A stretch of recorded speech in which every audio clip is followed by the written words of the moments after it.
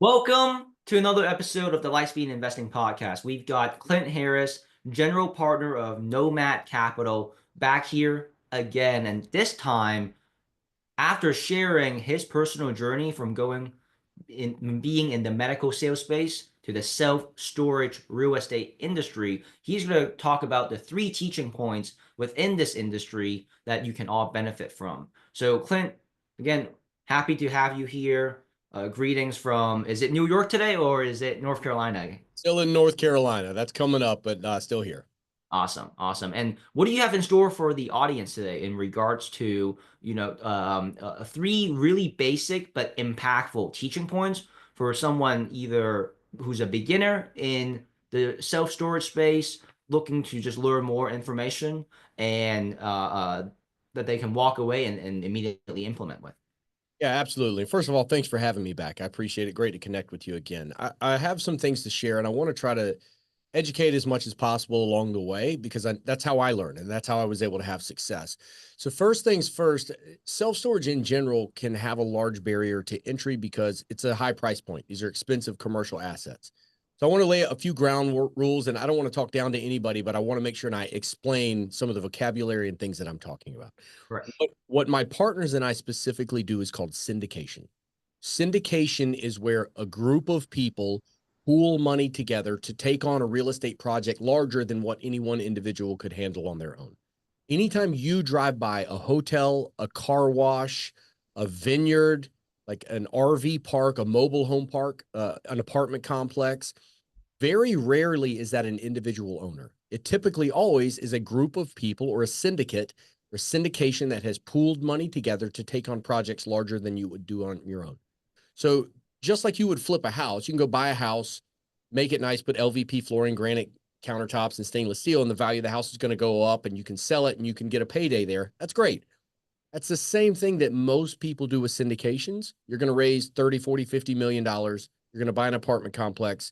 You're going to increase the value by increasing the net operating income. You sell it and everybody gets a payday. That's great, but you're basically a glorified house flipper, which means that the day you stop working is the day you stop getting paid, right? You get a big check, but then you got to start all over. Hmm. That's not the life that we are trying to create. We are trying to create a life of independence of purpose and time, location, and financial independence. So the three lessons I have to you today are about syndication, but they're specifically about how we have had success building towards a pathway of independence of purpose so that we can spend our lives with our families the way that we want. The first thing is knowing what the exit strategy is. This is on whether you're starting a business, whether you're taking on an individual real estate project or a large syndication, especially if you've got 50 or $100 million worth of investor capital tied up in this project, you better know how it's coming back out. The way that you do that in this day and age, we have access to data like we have never had before. So if you are getting into a project, you want to do something that's called a feasibility study. A feasibility study is looking at the scope of what you are trying to do and analyzing the demand in the market to see if it's actually going to fit and generate a profit, right? That's not something you want to figure out at the end. You want to know up front. So for instance, we run a feasibility study on, say, an old Kmart building that at one point in time, that entire community used to drive to that location to buy their home goods.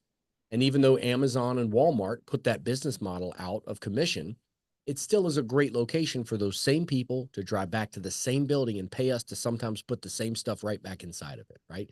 It's an inverse flow of that micro economy. So we want to run a feasibility study and get data of how much other storage is in the market, how full is it, what's the price per square foot, what's the residential density in a 1, 3, 5, and 7 mile radius, what's the vehicle traffic count, what's the number of people per household, what's the percentage of owners versus renters, etc. It's a 60-page report that we kick out justifying this is worth the investment. We can get it for dirt cheap because the property's been sitting empty for 10 years. The town is just ready for someone to do something with the old, whatever it is, Bed Bath & Beyond, shoe factory, whatever it may be. So we get that rock bottom basis because it's dirt cheap. And then that moves into the next point. So the first thing is a data-driven approach, know what you are going to do, and make sure that it fits with the demand of the market. Well, and then before you go on to that next point, by the way, is it also important because I think on our last episode you said something that really caught my attention. You said North Carolina, where you're based out of, is a deal state, but California is a money state. Right. And I believe there's three things to this, right? Time, money, experience, I'm guessing, right? So in the feasibility analysis phase, how much energy are you also putting into studying, right? What state is under what identity that you have Always. Yeah. assented, So it's right? changing all the time. We use things like we have CoStar and Radius Plus, and there's these amazing data tools that will give you a heat map of overall demand. But we're also looking at census data, and the world got turned upside down with COVID. So now we're watching this huge population segment where you won't find a one my deals in downtown Charlotte, North Carolina, which is a wildly rapidly growing city. It's having huge urban development and it's getting very expensive. But you will find that 15 miles away in Gastonia, North Carolina, we bought the old Sundrop soda bottling facility. It's a soda that's popular in the Southeast. 77,000 square feet. And we converted that to a climate controlled storage. We bought it for pennies on the dollar. Because that population's getting pushed out of the expensive areas into those secondary, tertiary markets around there and are renting, that's where we want to be. We want to be on those fringes. We avoid Florida because of the insurance cost. So we are very much watching demographics and population movement.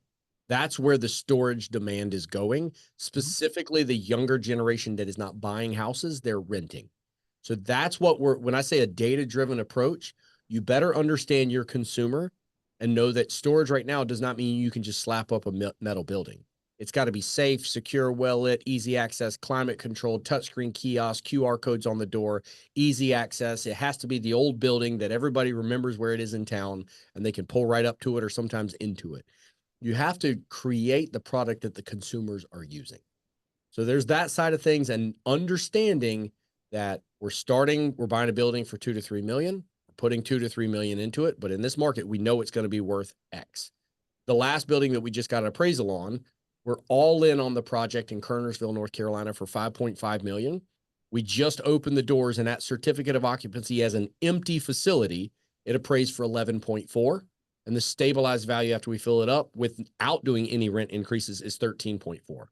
With slight rent increases according to the market, it'll be worth 15 to 17 in a few years. So that we have to know that end goal so that we can work backwards from there and get the economics right to make sure our investors make a great return. So that data-driven analysis is paramount. From there, right now we are doing deals when self-storage development has almost completely dried up. New development hitting the market for self-storage is less than 2% of the supply right now. Self-storage development demand in 2026 is expected to be down 17%, expected to be down 18% in 2028. And here's why. Most of the people building made the decision to build 3 or 4 years ago because it takes 3 years to do the entitlement, permitting, engineering, and everything else. These people are still finishing a few facilities, but it's because they have shelf pressure from the capital that they raised from their investors. We are doing deals right now because our conversion deals from the day we close on the deal until the day we open it as a self-storage facility is 12 months. And our cost is half as much as ground up development because we're converting old buildings instead of building from the ground up. And here's the Mhm. lesson.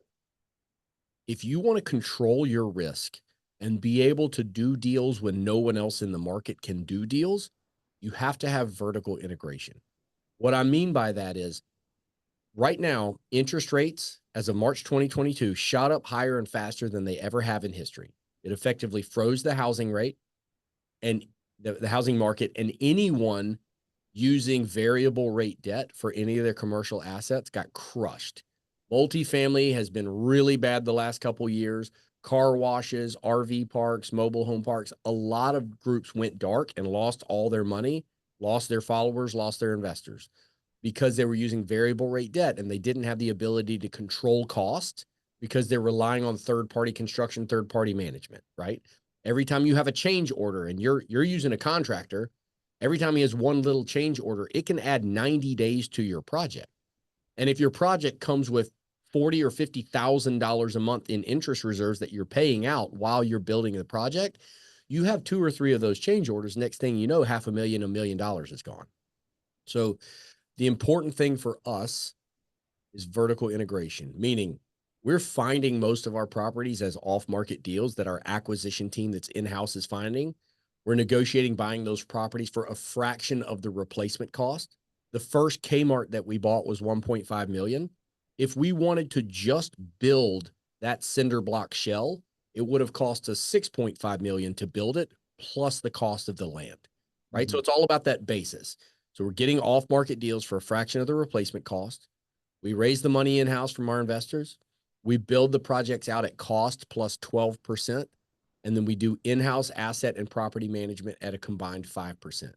We're not trying to get rich off construction or management. Everything is about landing at a really low loan to value with a final stabilized project so that we can do the cash out refinance, pay everybody out, keep it, and roll on so that we're not flipping houses like that guy doing apartment complexes, right? And the only way you can control those risks, especially the timeline, is vertical integration. Our guys in-house only work on our projects. When you have something like tariffs pop up, within 24 hours, we have a new domestic supplier in-house that's in the country that can supply us for reducing the cost of any increased tariffs. When we had the East Coast and the port, the Gulf Coast, there was a strike at the port that happened about 6 or 8 months ago. I don't know if you remember this. So within 24 hours, our director of construction had found a new source for our aluminum and roll-up doors and panels coming from the West Coast. And we had already factored in an increased 10 to 15% cost of shipping to get it from there, but it was going to be a fraction of the competitive bidding that was going on for East Coast product coming in through ports that were closed, right? You've got to be able to pivot on a dime. And the way that we do that is we have one team. This is all we do. We are completely top to bottom vertically integrated. So I would say those are the two things that knowing your plan is going to work because you have the data, being able to control risks that most people in the market cannot control. Those two things will allow you to continue doing deals when other people cannot. And the third thing that I would leave you with is you have to have a plan to get your money back. That's called recapitalization. What that means is if, let's say, we bought a building for a couple $1,000,000 and we put a couple $1,000,000 into it. Let's say we're into the whole thing for 5 million. And then when we're done, it's worth 6.5 or 7. Okay, that's great. How do we get the money out? Well, at that point, there's not enough equity to go do a refinance and pull money out or anything like that, because right now rates are pretty tight. So we would have to sell it and we would make $1.5 to $2 million and try to pay out the investors. But then we're back to square one again. Maybe we make some money at that deal, but we got it. Now we got to go again. And now we're just trading time for money again. That's what we got in this whole racket to avoid. So you have to have a strategy for getting the money back out. The strategy can be selling it, which is fine. And now you're trading time for money, or it can be adding enough value that you can recapitalize by way of a refinance. So previously, I was buying small quadplexes with bad long-term tenants in place at the beach where my wife and I live. I would move those tenants out, renovate the property, make them very nice, and then I would convert them to Airbnb properties. So instead of renting for $1,000 a month, now renovated with as an Airbnb year round, it's renting for $3,500 to $4,000 a month. And I've got high turnover, but all of a sudden the net operating income on that property is shot up. The bank puts the value on a commercial property based upon the amount of money that it kicks off. So if you change the formula by which an asset is valued, you can vastly increase the value of that property. You take a big box like a Kmart, you chop it up into 600 or 700 little boxes, the net operating income jumps, and all of a sudden it's a different asset class. And there's a different formula that you use to evaluate and value that asset class. And all of a sudden it's worth 17 million. When it sat there empty for 10 years and nobody wanted to buy it for 2 million bucks, now it's worth 17 because it's not a vacant big box retail anymore. It's a stabilized climate controlled self-storage facility that is valued with a different net operating income approach. So it's deal arbitrage, right? Some people call it adaptive reuse. We have things like we have 1,100 malls in the country right now, and over the next 5 years, 300 of them are expected to survive. You've got hotels that are being converted into condos. You've got old textile mills and warehouses in downtowns that are being turned into multifamily. That adaptive reuse makes a lot of sense in some instances. It's hard to deal with zoning and weight per square foot and structural engineering issues. But in some instances, the reason it makes sense is not because a self-storage facility is worth way more than a Walmart. It's because you change the formula and the net operating income drastically increases the value greater than it does with just retail, empty Right. retail, right? What is that jump in terms of a percentage? Do you know off the top of your head roughly? It's a multiplier. It depends on the cap rate. So, like right now, we're sitting at typically like a 6 to 7 cap rate. A couple years ago, before the interest rates went up, it was a 4. The lower the cap rate, the higher the value of the property. So we've got properties that we could be into for 5, 6 million. What is the ideal cap rate? If you're selling, then a 5. If you're buying, how about a 10? Right? You want to, we don't buy based upon cap rate because we don't buy properties that are cash flowing. We buy empty buildings that have homeless people living in them, that have roaches and rats everywhere, that have holes in the roof. I want the ugly duckling because we can turn that into a golden goose, right? I don't buy on cap rate. We don't buy self storage. We don't build self storage. Right. We buy the nasty old textile mill or carpet factory that nobody else wants, You and we convert it. convert it into storage. That's the real key. And the Yeah. biggest reason we do that is to create enough value that we can recapitalize, which means it's worth $10 million now and we're into the project for 3. We can pull out 6 million, put it on fixed rate long-term debt. It's still going to cash flow. We can double all of our investors' money, keep a couple million for ourselves, and it's tax-free because there's no capital gain. And then we keep it and we roll on. And I would just leave it with this. Anyone looking to have success in real estate investing, flipping a house, small multifamily, whatever it may be, it's easy to get so hyper focused on that because you think that that's going to be the one that really changes things for you and your family in the long run. And maybe it is. But the reality is, very rarely is it ever about your next project. It's about the one after that. And if your next project puts you in a position where you've got to wait years for the cash flow to come out of that property before you can go afford to buy another one, you're likely doing yourself a disservice in the meantime because those Yeah, other so you're properties are not really staying doing out. 2 projects. You're thinking, or 2 chess moves, right? Minimum is what you're thinking about. Start with the goal in mind of what you need your life to look like for your family, and then work backwards from there. And then you've got to have the ability to scale with that. And the ability to scale means recycling the money and using the same money more than once to continue to grow. Now, for the audience listening, right, Clint, you're on the GP side. So in typical GP LP structures or syndication structures, the GP is the person that is more so raising the capital, right? And putting in the bulk of the capital, where the LPs are the operating partners, correct? It's a little bit inverse. So the general partners are the ones executing the business plan, right? Okay. The buck stops with us. We are raising the capital. We're finding the deals. We're building them out. We're managing it. Limited partners is exactly what it sounds like.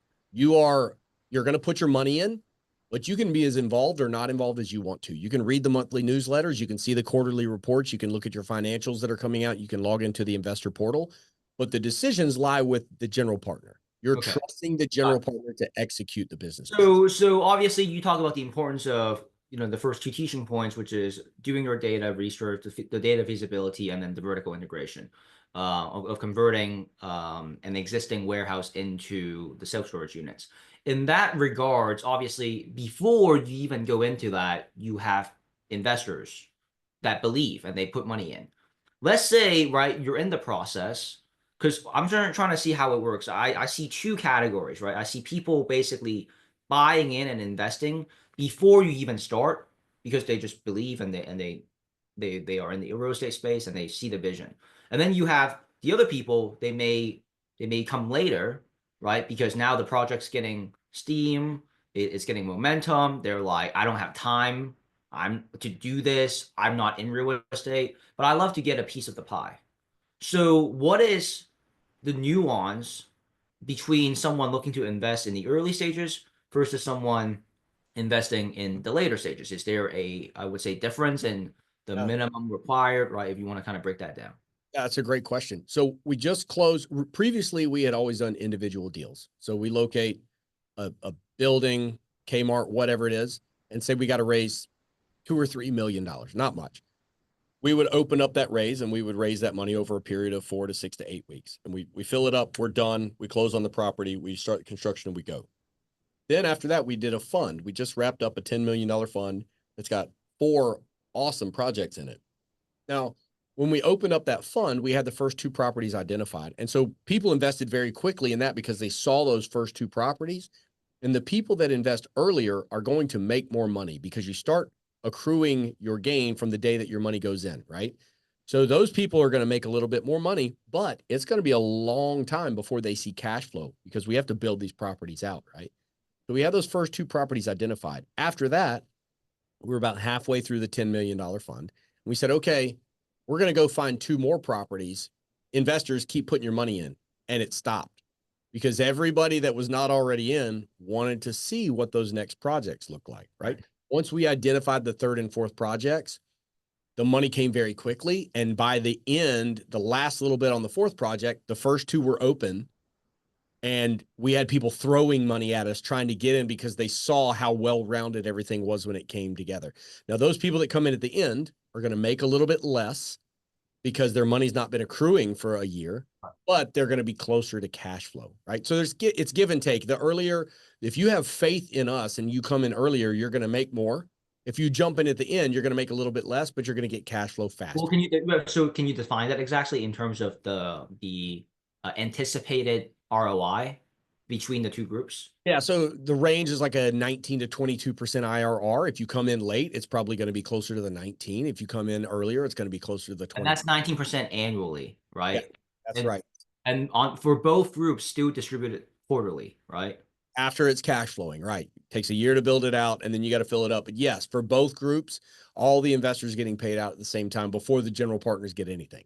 And okay. It And accrues, goes out to them in quarterly and distribution. what happens when it's already completely built out, it's already cash flowing, right? It is now established, and someone's like, "Hey, are you guys taking investors?" Ship has sailed. I've got the new one that we have an accepted letter of intent right now. So I'll have a signed purchase and sales agreement coming out in about a month. I'm going to have to raise 2.5 million. And so we'll open up the raise. It'll probably take, I don't know, 5 or 6 weeks, maybe. We've got 65 people on a list that missed our last fund that are ready to jump in on the next thing. So it could take a week. But it always takes a little bit of time for people who are moving money from different accounts and things like that. But I got to raise Yeah, 2.5 the million. whole idea and point here is that you got to have belief in it. Because if you don't, you're just like, let's see how it plays out. It plays out, oh, great, it's going well. Now I'm going to throw money in. That's not going to exist. Correct? Analysis paralysis, right? Like we're taking on this project together. We all have risk. I've got money in too. My partners have money in as well.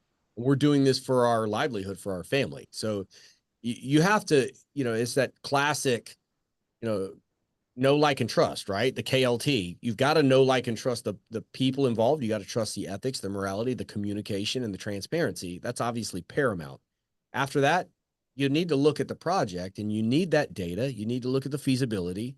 You need to look at the offer memorandum. You need to understand the offering. You need to make sure that you understand when the capitalization is coming. And you need to make sure that the vertical integration is there for you to feel comfortable. If that's not enough for you to jump in on the project, then don't do it. And you're not our investor, and that's okay. Yep. And what would you say, typically speaking, is like the absolute deadline for the last tranche of individuals to be able to invest? Would We you have say, to show proof of whenever we'll have a closing date set on when we're going to close on this property. So once we go under contract, it's usually 60 to 90 days out as the closing date. We uh, have to show proof of funds 3 weeks before the closing date. So sometimes there can be an extension there. We're waiting on phase 1 studies, phase 2s. You have to do all these different ecological studies, impact studies, traffic, zoning, permitting, everything else. So it can get delayed, but the reality is we're going to give ourselves a couple months to raise the capital, and people will make commitments and just we're waiting on it sometimes. They just have to have it in usually 3 weeks before the closing date. gotcha. And once the closing date is up, there no more investors are allowed in. Yeah, usually 3 weeks leading up to that. I usually cap it and we have another 1 or 2 million trying to get in. Mhm. So people get frustrated with me, but at the end of the day, I try to over communicate. But the reality is somebody's going to be the last one in, somebody's going to be the first one out. Yeah, makes sense, man. Thank you so much, Clint. Now, outside of the three teaching points that you have just very generously shared, do you have any parting words of wisdom, right? For not just the self-storage space specifically, but in terms of to fellow entrepreneurs listening in, right?